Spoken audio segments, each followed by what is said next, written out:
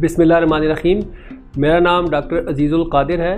मैं consultant pulmonologist हूँ POF hospital वाकैंट में, और इसके अलावा शमशाद असलम हॉस्पिटल IDC वाकैंट में भी मैं अपनी खदमात अंजाम देता हूँ।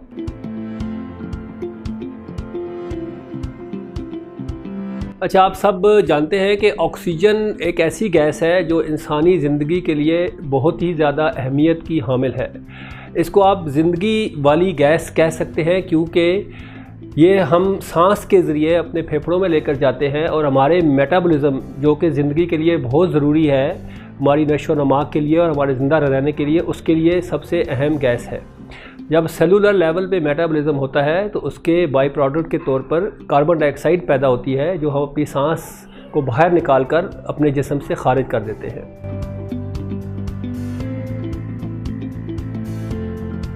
हमें कई बीमारियों में ऑक्सीजन, सप्लीमेंटल ऑक्सीजन की ज़रूरत पड़ सकती है, यानी एक्स्ट्रा ऑक्सीजन हमें ज़रूरत पड़ सकती है। या तो हमें कुछ वक्त के लिए ऑक्सीजन चाहिए होगी, कुछ बीमारियां ऐसी हैं, और कुछ बीमारियों में शायद सारी ज़िंदगी या लंबे अरसे के लिए ऑक्सीजन चाहिए होती है। मोस्ट कॉमन बीमारियां जिनके लिए ऑक्सीजन चाहिए होती है वो COPD एक बीमारी है जो सिगरेट की वजह से होती है, सिगरेट का दमा भी कहते हैं। इसके अलावा सांस की दूसरी बीमारियां मसलन ILDs या सांस के पट्टों की कमज़ोरियों की वजह से पैदा होने वाली बीमारियां, या दिमाग और सांस के इन्फेक्शंस, नमूनिया। इसके अलावा कुछ पॉइजनिंग्स हैं जिसमें हमें ऑक्सीजन चाहिए होती है, जैसे कार्बन मोनोऑक्साइड पॉइजनिंग, जो कि गैस सिलेंडर या इस किस्म के दूसरे जो जलने वाली चीज़ों के फैलने के बाद जो गैस इकट्ठी हो जाती है उसमें हमें चाहिए होती है। और कुछ बीमारियों में हमें लंबे अरसे के लिए भी ऑक्सीजन चाहिए होती है, मसलन COPD की एक ऐसी स्टेज जहां आप मुसलसल आपको ऑक्सीजन चाहिए, या सीने के पट्ठों या दिमाग की कुछ बीमारियां हैं जहां मरीज़ जो है मुसलसल ऑक्सीजन की रिक्वायरमेंट रखता है।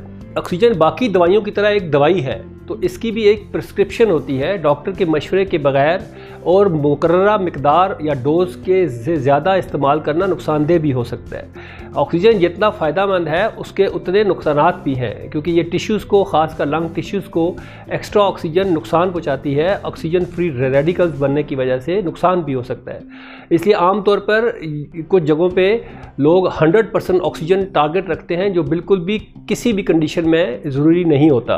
आपका आम बीमारियों में जहाँ ऑक्सीजन चाहिए टारगेट 94 to 98 होता है, और COPD या ऐसी बीमारियां जहां कार्बन डाइऑक्साइड के बढ़ने का ख़तरा हो वहां आपका टारगेट 88 to 92 होता है।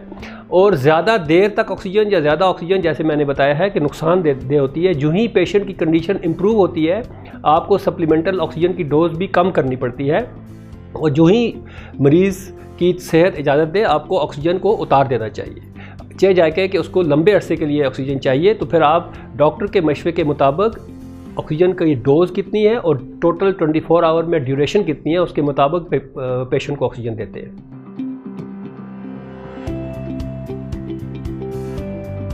अच्छा, अब ये सवाल पैदा होता है कि हम ऑक्सीजन मरीज़ को किन किन ज़राए से दी जा सकती है। आपको मालूम है कि हवा में ऑक्सीजन का तनासब 21% है।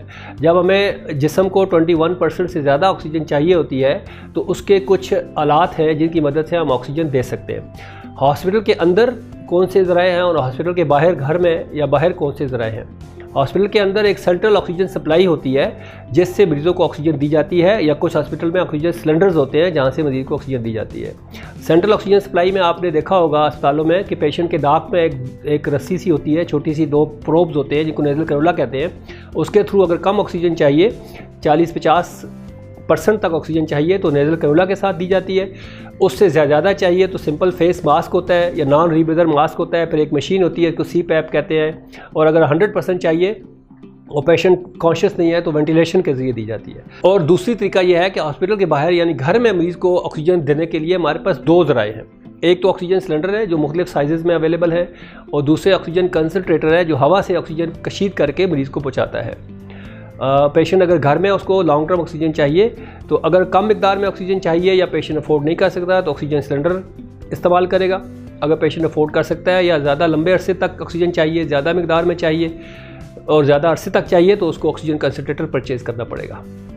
जैसा मैंने बताया कि जिन पेशेंट्स को लॉन्ग टर्म या सारी ज़िंदगी ऑक्सीजन चाहिए होती है उनको ऑक्सीजन सिलेंडर या ऑक्सीजन कंसनट्रेटर परचेज़ करना पड़ता है और वो बहुत जगह घेरते हैं, उनको एक जगह से दूसरी जगह कैरी करना मुश्किल होता है। तो आजकल मार्केट में चंद अच्छी कंपनियां ऐसे ऑक्सीजन कंसनट्रेटर ले आई हैं जो कि पोर्टेबल होते हैं। आप अपने जिस्म के साथ अटैच करके शॉपिंग पे जा सकते हैं, लॉन में जा सकते हैं, वॉक कर सकते हैं।